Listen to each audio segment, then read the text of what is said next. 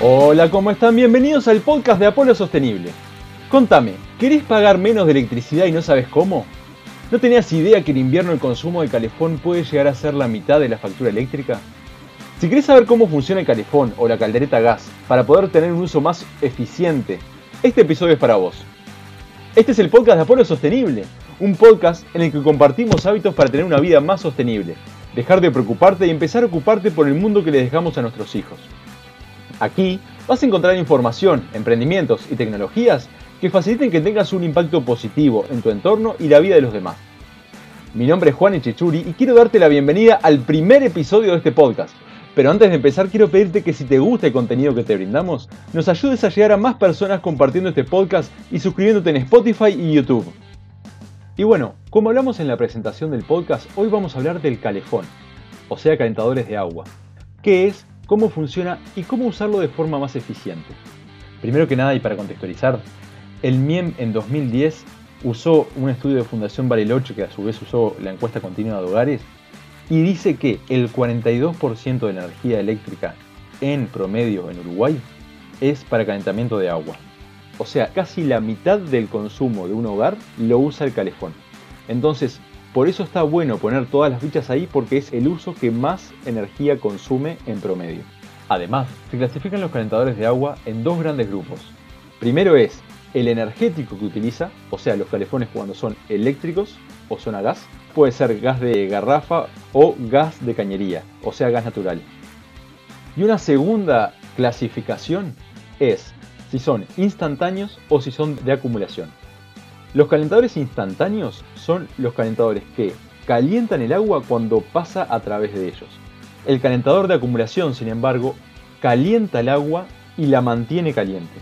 Es decir, que se enciende cuando el agua dentro del calefón baja a cierta temperatura y la mantiene caliente con una aislación térmica que le ponen los fabricantes. Entonces, básicamente, la función de estos dos calefones es el instantáneo de calentar el agua y el de acumulación de calentar el agua y además mantenerla caliente. Y acá es donde está la clave del uso del calentador de acumulación. Para que tengan una idea, en estas dos clasificaciones tenemos calentador instantáneo eléctrico, que son los famosos chuveiro, que son los que calientan con electricidad cuando el agua pasa a través de ellos. Pero esos no son seguros, no eran seguros. Así que bueno, los que hoy en día están avalados por la UCEA son los Lorenzetti, que son calentadores que tienen un tanquecito de más o menos 2-3 litros y calientan esa agua que está pasando a través de ellos. Después tenemos los calentadores instantáneos a gas, que son las calderetas, y después tenemos el calefón, que es el que tiene tanque de 60, 30, 40 litros y que está aislado térmicamente. Después también tenemos el calentador de acumulación a gas, que también tiene un tanque y se calienta con gas. La salvedad que hay que hacer acá es que todos los calentadores a gas necesitan aire para la entrada, para la combustión del gas, o sea, para encender la llama, y necesita también salida de los gases hacia el exterior. Y ya que conocemos a los calentadores de agua, vamos a ver sobre todo cómo funcionan los de acumulación, o sea, los calefones. El calefón, como les decía, calienta el agua y ahí el calefón eléctrico tiene una eficiencia del 100% al calentar el agua. O sea, yo le doy 100 kWh de energía eléctrica y él me da 100 kWh de calor a través de su resistencia. La pérdida de calor la tiene al mantener el agua caliente. Y ustedes pueden hacer el ejercicio ahora, ir a tocar el calefón. Tiene algunas partes que están más calientes, sobre todo abajo está más caliente, porque ahí es donde no hay tanta aislación térmica. Y arriba también está un poco caliente. Ahí es justamente donde está la pérdida energética. Entonces, ¿de qué forma hacemos que esta pérdida energética sea mínima? La pérdida térmica funciona de la siguiente manera. Cuanto más diferencia de temperatura hay entre adentro del calefón y afuera del calefón, más rápido se pierde el calor de adentro del calefón. Entonces, por eso, un primer consejo es que ustedes bajen la temperatura del calefón, regular la temperatura entre 50 y 60 grados, para que nadie se quede sin agua. Y esto es importante. Eficiencia energética significa ahorrar energía, pero sin bajar la calidad de vida. O sea, si nosotros seteamos la temperatura a 40 grados y hay gente que se queda sin agua caliente, entonces eso no es funcional y eso no es sostenible. Entonces, primer consejo, setear la temperatura del calefón entre 50 y 60 grados. Incluso se puede setear a menos si es una casa de 2 personas o si ven que nadie se queda sin agua caliente. Segundo consejo, cuanto más tiempo el agua está caliente dentro del calefón, más pérdidas térmicas se generan. Por eso es tan aconsejable el uso del timer. Lo que hace es que yo caliente el agua del calefón cuando la voy a utilizar. Por ejemplo, imagínense que en una casa de 4 personas todos se bañan de mañana. Empiezan a bañarse a las 6 de la mañana hasta las 9 de la mañana. En ese caso, lo ideal es programar el timer para que se encienda 2 horas antes del primer baño. Quiere decir, desde las 4 de la mañana hasta las 7 de la mañana. Para asegurarme de que la primera persona tiene agua caliente y para asegurarme de que una vez que se bañó la primera o la segunda persona, también tiene agua caliente las otras dos. Entonces, la idea de esto es que una vez que se bañó, la última persona ya no hay agua caliente en el calefón y no tiene pérdidas térmicas. También generalmente se setea para que se encienda una segunda vez el calefón en la tarde, entre 4 y 6 de la tarde, para tener una segunda tanda de agua, por las dudas si alguien quiere bañarse después de ir al club o al fútbol, por las dudas si se quiere lavar los platos con agua caliente, etc.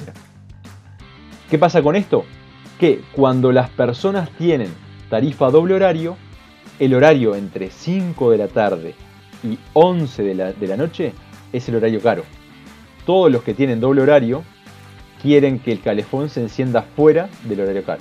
Entonces, en ese caso, lo que recomiendo es que se encienda entre 3 de la tarde y 5 de la tarde el calefón, para que cuando lleguen más o menos a las 5, 6, 7, etc., tengan agua caliente.